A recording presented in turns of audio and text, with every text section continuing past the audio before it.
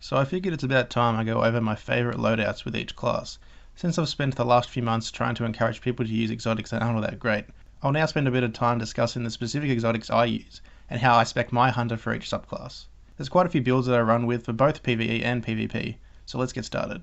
Up first is the Bladedancer, and in the skill tree, I'd spec for Encore if I'm playing PvE, and Hungering Blade in PvP. Blink is something I'd only really use in the Crucible, but if I'm just mucking around then I might chuck it on for strikes or something. Flux Grenades, Showstopper, and Fast Twitch are my ideal PvE choice, unless I'm specifically going for a defensive build, in which case I would go with Escape Artist, Vanish, Shadowjack, and Stalker. The only time I would really consider going with Skip Grenades is with Shinobu's Vow, and only in the Crucible. So anyway, to showcase my PvE build, it would probably look like this, with Flux Grenades, Showstopper, Fast Twitch, Quick Draw, and Encore.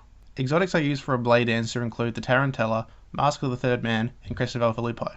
Third Man is probably the most consistent and well-rounded choice, but Tarantella can have some moments, and Lupi is pretty good since you can make 6 orbs with Blade. Since I use Fast Twitch, which rapidly cools down your melee attack, I would go for a 5-5-2 stack configuration, since strength isn't really required. I pretty much always try to go for a tier 12 build, which really isn't too hard these days since the vendors have a weekly reset again. Just in case anyone doesn't know, you can get a tier 12 capable build by getting high stat rolled gear, but will still require some customization. The way I judge a new piece of gear is I add together the stats when it's been leveled up, and if it's more than 5 less than the maximum, I usually get rid of it. I'll provide an example. The 100% roll for a chest piece is 147, so anything with a stat roll of 142 or less I'd probably ignore, unless it has great perks or it's the best I've got. Take a look at this chest piece from King's Fall. When leveled, it will have a roll of 86 and 57, or probably a bit easy to calculate, 61 and 82. So 143 is the total, and is only 4 points off the max of 147. So the stats check out, but what about the perks? The ammo perk types are the only thing I really look at, and in this case, Pulse Rifle and Sidearm ammo are probably the worst shoe I could get. So I've only really been holding on to this for the stat roll, which is why I haven't bothered to level it. I mostly use my 145 chest piece with hand cannon ammo, since it fits my preferred weapon type and it has an excellent roll. But if I do need an in-strength chest piece, I'll use this 145 rolled one, or a dis-strength chest piece, I'll use this 142 rolled one. The max stat rolls on all pieces of gear is as follows: 111 on helmets, 99 on gloves, 147 on chest, 135 on boots, 60 on ghost and class items, and it varies on artifacts. For some reason, int-dis artifacts roll with a much higher stat roll than int-strength or dis-strength, which actually makes getting tier 12 far easier with an int-dis artifact. I believe the max roll for an int-dis artifact is like 131, and in this case mine is 126. Since 119 or 120 is about 100% roll for an artifact of the dis-strength or int-strength variety, getting an int-dis roll over 120 is great. It's still definitely possible to get a tier 12 build without an int-dis artifact, but it just allows for far more flexibility. So I would typically build my hunter like this, with stock weapons like the Fatebringer and Found Verdict, or my Event Horizon, which is pretty much like an Ex Machina. For the heavy I alternate between Yellowhorn, Sleeper, and a sword. Sometimes I'll use Corrective Measure or my Unending Deluge if I'm using a machine gun. Okay, so that's how I build my Bladedancer.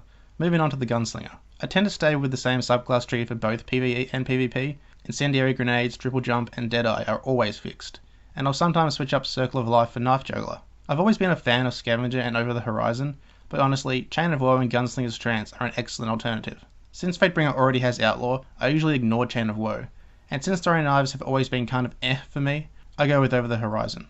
The guns I use are pretty consistent across all subclasses, but exotic gear is quite different. I like to use Nighthawk if I'm going up against an ultra or heavily shielded enemy, and Aculaphage Symbiote for PvP, or maybe just for regular adds in PvE. Crest of Alpha Lupi is okay on a Gunslinger, but I feel like there are better exotics that really enhance the super, which outweigh the extra orb that Crest creates. Again, I like the 5-5-2 setup since I don't rate throwing knives that highly. And now for the Nightstalker, and this is going to be a radically different build from the other classes. I usually go with Spike Grenades in PvE and Void Wall in PvP, with Triple Jump and Black Hole. I'll use Envenom Smoke Grenades in the Crucible for their wombo combo potential, but I tend to use Vanish and Smoke for PvE. Lockdown has pretty much become a staple for me in both game modes, since the extra orbs you create from Light of the Pack are nice, but they are smaller orbs, so they're not that important. I like to use Shade Step in all environments, but Keen Scout is another decent choice. I'd only really use Predator in some scenarios like the Oryx fight for dropping anchors in the Ogre spawn points or something, but they can have their moments. My stack configuration will depend on how I'm playing, and can vary from a 5-5-2 build if I'm trying to play support and create a lot of orbs, but I'm more likely to go with a 2-5-5 build using the Frosties. Getting your grenades and smokes back in half the time is great, and since the duration is extended using Lockdown, a 2-5-5 build works the best. There is a particular reason I like to spec this way, which I'll explain. For any build that involves grenades and melees, it's always best to max out their stats. I've seen some people like to run a 4-4-4 build or a 3-4-5 build since it's more of an all-around build, but it's really more of a detriment than a bonus. Take a look at the Frosty's build. Tier 5 grenades take 25 seconds to cool down, and smoke grenades take 29 seconds.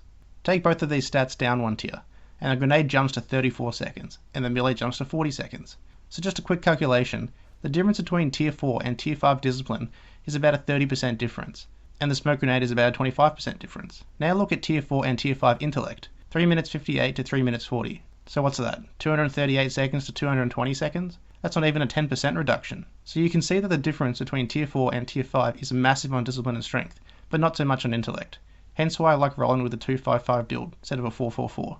So to summarise my subclass builds, 5-5-2 for Gunslinger and Bladedancer, 2-5-5 for Nightstalker. My most used exotics include the Mask of the Third Man, Tarantella, Crest of Alpha Lupi, Frosties, Aculophage, and Nighthawk. So yeah, these are my Tier 12 builds. Hope you were able to take something away from all this. Thanks for watching. I'll probably cover the Warlock in the next episode.